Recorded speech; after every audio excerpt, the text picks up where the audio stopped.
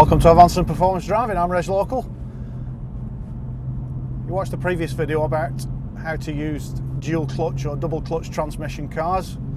I mentioned I was out in something a little bit special, so I thought we'd make a little video about this car and do a little bit more sort of high performance driving. So this car I've very generously been lent by a friend of mine. It's a BMW M4, but it's had quite a bit of tuning work done to it as well. You can probably hear the exhaust popping and banging at the back. On the overrun, I've got it in M2 at the moment, which is the sportiest setting on the throttle and the exhaust, the throttle map and the exhaust valves.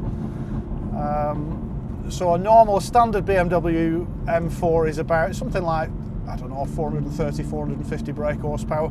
I've never driven an M4 or an M3 and thought, yeah, needs a bit more power this. But then again, you know, power is intoxicating, isn't it?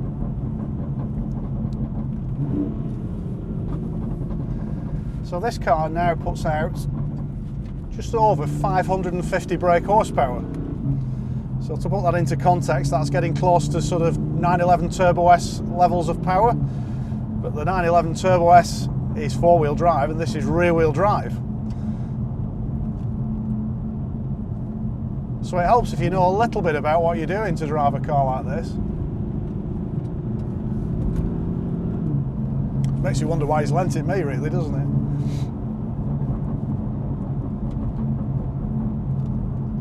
So what's it like driving a car with 550 brake horsepower?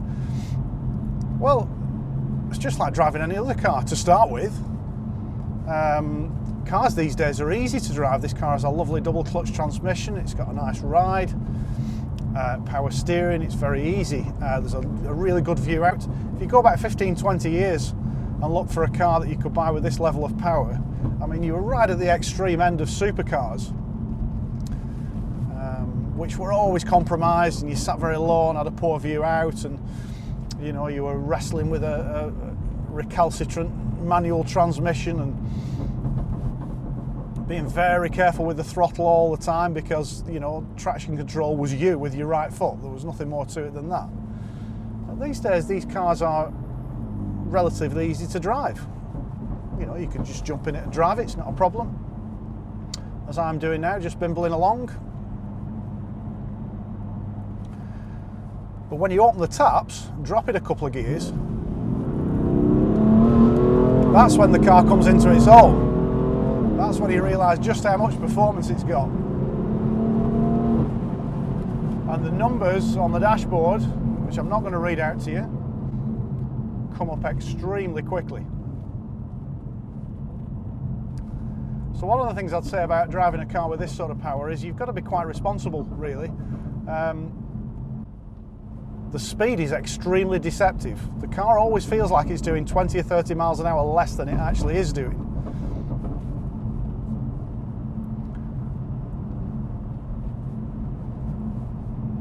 So fortunately in this car it's got a head-up display, so I don't even need to look down at the dashboard to check what speed I'm doing. But sometimes you look down at that display and it is considerably higher than you think it's going to be, so you've got to be very careful with that. On the other hand, that sort of performance, well, you never get tired of doing that.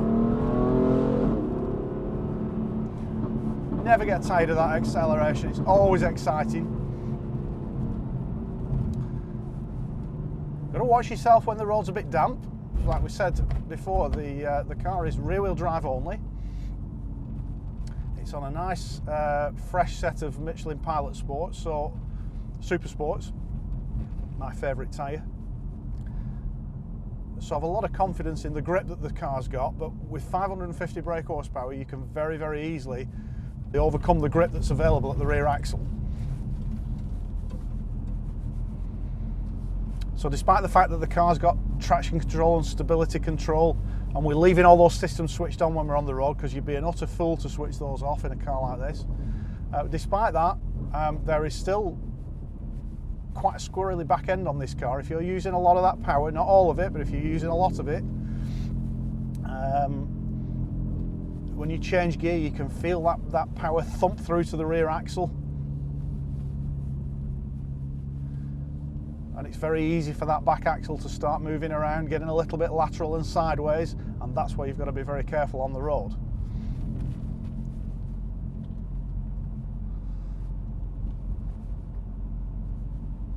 So yeah, you need to be responsible when you're driving one of these cars, and you've got to pick your areas where you go for a drive as well. So you can see as I'm going through Alston at the moment, I'm taking it very easy, nice and slow. The car's a bit shouty because it's got a fruity exhaust on it, but I'm taking my time. We're not upsetting anybody.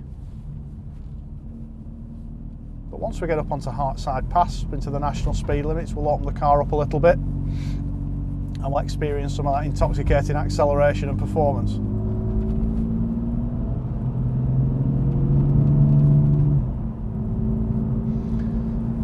I think it's incumbent on you to be responsible in the posted speed limit areas.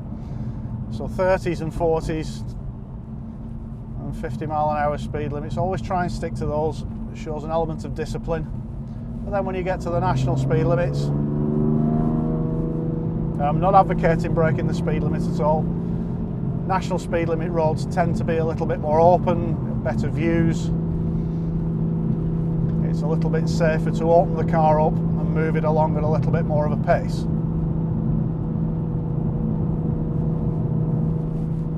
So at the moment I've got a couple of slow vehicles in front of me. The first one's indicating that it's going to turn right, so I'm off the gas. You can tell I'm off the gas because this thing sounds like a battery of guns going off the back of the car. I'm going to roll up into a following position on the back of this Mercedes now, and I'm going to start looking for the opportunity to overtake. There's the next good thing about a car with loads of performance. Overtakes are done in the blink of an eye. But again, it's easy to use too much of the car's performance to do an overtake then and find out that you're travelling too fast at the next corner or the next hazard that comes along.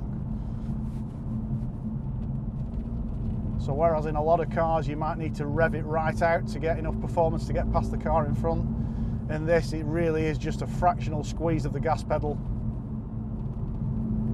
and you pass cars like this in a blink of an eye. It's dead easy.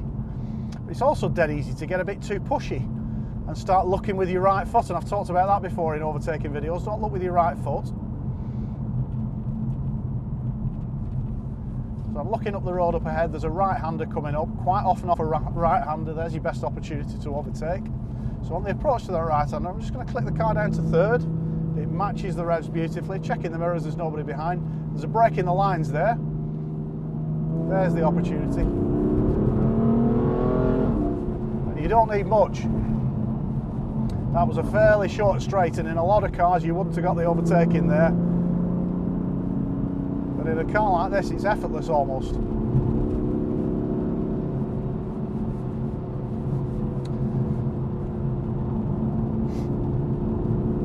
So coming back to smoothness now, you'll notice that what I'm trying to do is be as smooth as I possibly can with the car's controls, feathering off the gas for the gear change, introducing the brakes gently there before building the braking up, taking a lower gear, and then gently introducing the gas again.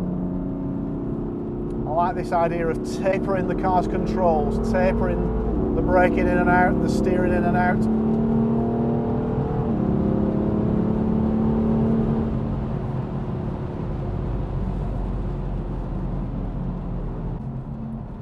I'm easing off here in case that car moves out to pass these cyclists. He's not doing, he's holding back. Taking a near side position for the right hander, down 2 gears, and just roll it in. A lovely smooth surface on this section of the Hartside Pass. It's been resurfaced recently. There's a couple of cyclists through the trees. I can just see the high-vis jackets. It's the beauty of high-vis on cyclists, is you can pick them out much earlier, and I'm not rushing up behind them. You can see we've come up nice and smooth, and then move out, cross the lines, past them. Not be too antisocial, not frighten them to death, then build up the acceleration. So 3rd and 4th gear in this car are absolutely devastating.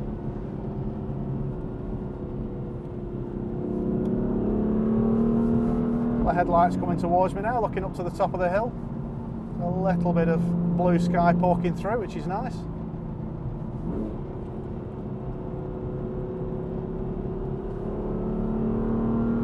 hopefully you can hear that lovely exhaust note as well.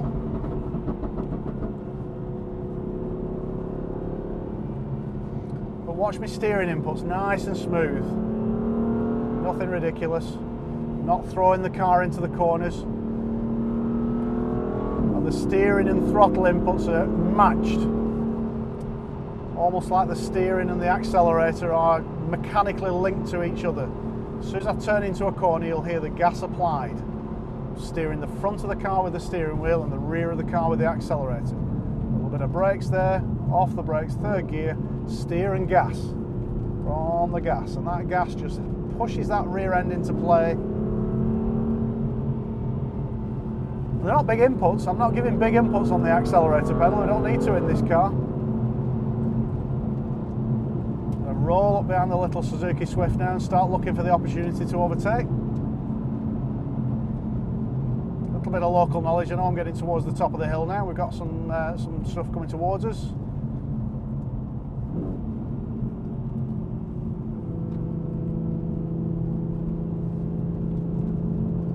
So I'm just going to hold the following position.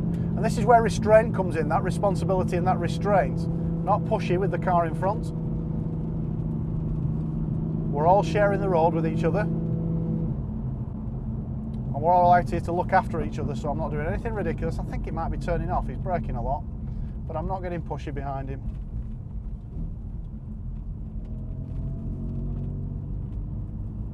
There's a couple of slow moving cars in front. They're the two that I'm looking to overtake now. The one at the back though looking quite pushy, he's very close to the car in front of him. Is it a Saab? It's a Saab and a Ford something. Yeah, it was looking like he was looking for the overtake there. So on the approach to the hairpin, on the brakes, down to second gear. Got old crackle and bang from the back. And now as we come off the bend, there's the opportunity to overtake, but there's a cyclist coming, so I'm going to wait. I could probably got past before we got to that cyclist, but I don't want to frighten him to death. Now there's an opportunity. And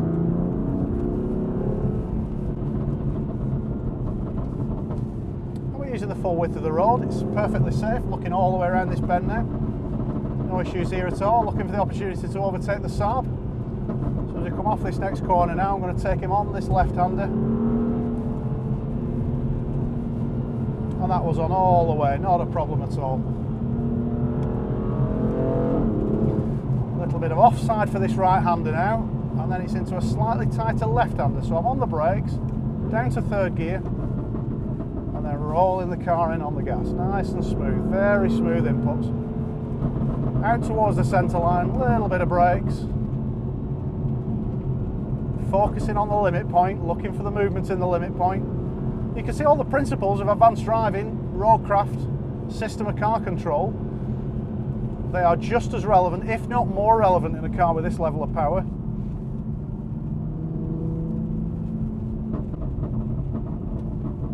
Smoothness and balance are the key.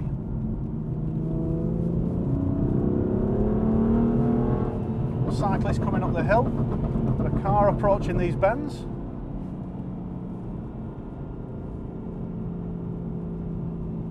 A little bit of brakes. I'm going to leave it in third gear. I don't want a massive amount of torque going to the rear axle as we go around here.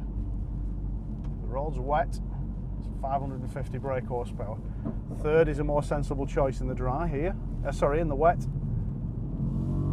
And it still gives us plenty of punch out of these corners. Gentle brakes.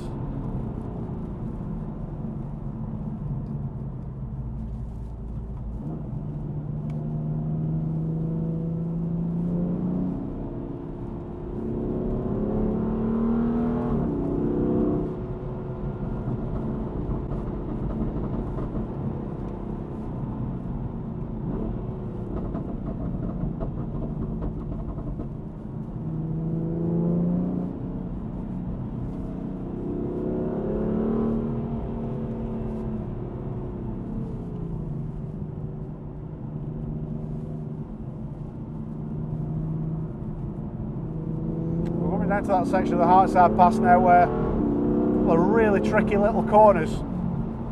It sort of draws you in with a left-hander and then throws a very sharp right-hander in. Happens a couple of times down here. This is the first one. The sign warns us of a series of bends, so we're on the brakes, down to third. And on these downhill sections I'm overlapping that braking a little bit because the car just allows me to do that, but there's that tight right-hander.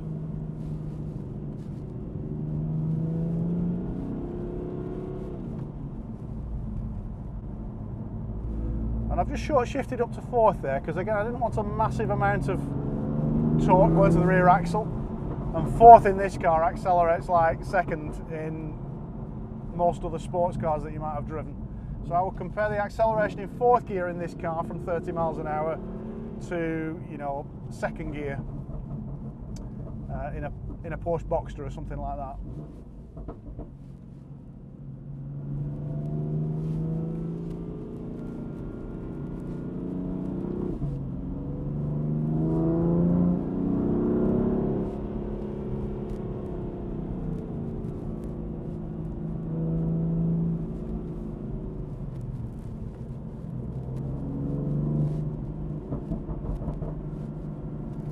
So you can tell, I don't even need to tell you when I'm lifting off the gas in this car.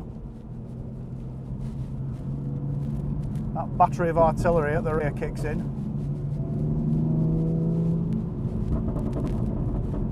So here's another thing you'll hear people say when you talk about high performance cars. Why do you need a car that's that fast? Motorway speed limit is 70 miles an hour in this country. You shouldn't need a car that goes any faster than that.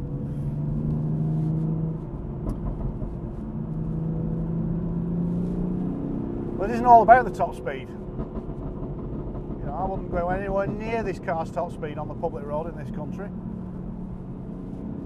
What you can do is enjoy that acceleration and that balance and that sort of mechanical connection between you and the car. Something with nice sharp responses like this, it's an absolute joy to drive.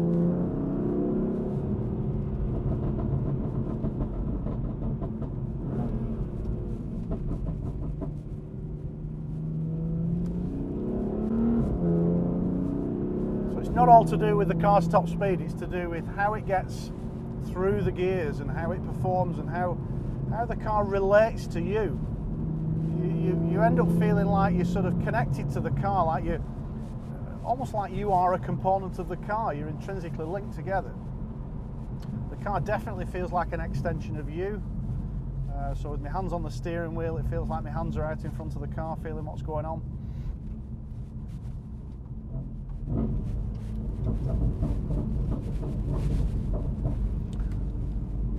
Let's just turn that fruity exhaust off as we go through the village.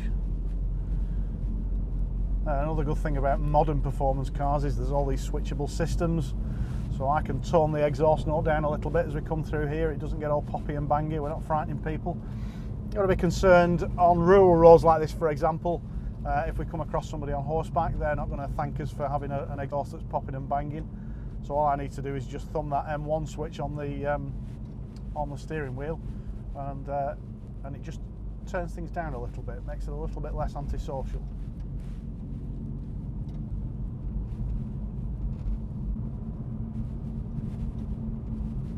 So I'm looking up ahead now. Feels like we're coming out of the village. There's the changing speed limit to a national speed limit. Just checking the mirrors, checking the speedo, leaving it in third, and again not giving it a real hoofful, because this car will bite you if you're not gentle with that accelerator.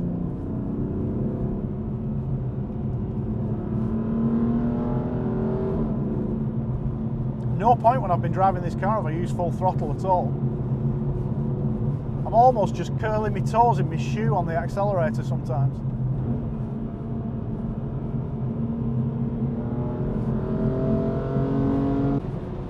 One of the things you notice every now and again, if you do get a little bit over enthusiastic with the accelerator pedal, I'm just going to flash from the dashboard, and that's just the stability control system kicking in.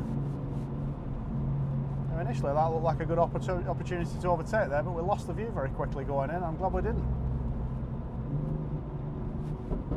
Down to fourth, looking through the bend, there's the overtake.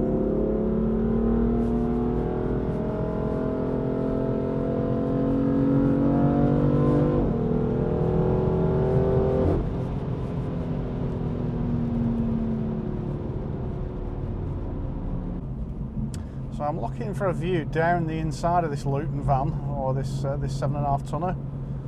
I've got a view of the road in the distance, but I can't quite see what's in the dip at the moment. But this is looking good.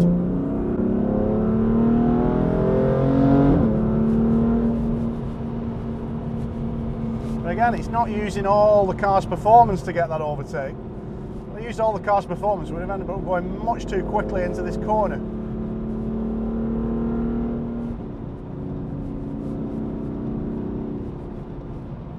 So show some restraint with that accelerator pedal.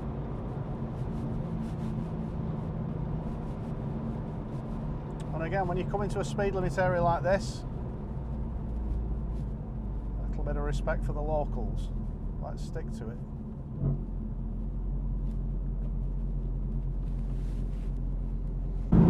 So that's it for this video. Thanks for watching. Don't forget to subscribe to the channel, press the notification button to get an email every time I put a new video on. I'm going to have a look at the website, reglocal.com. There's loads of information there about advanced and performance driving. And give us a follow on Twitter as well, @reglocal. But for now, thanks for watching, and we'll see you next time.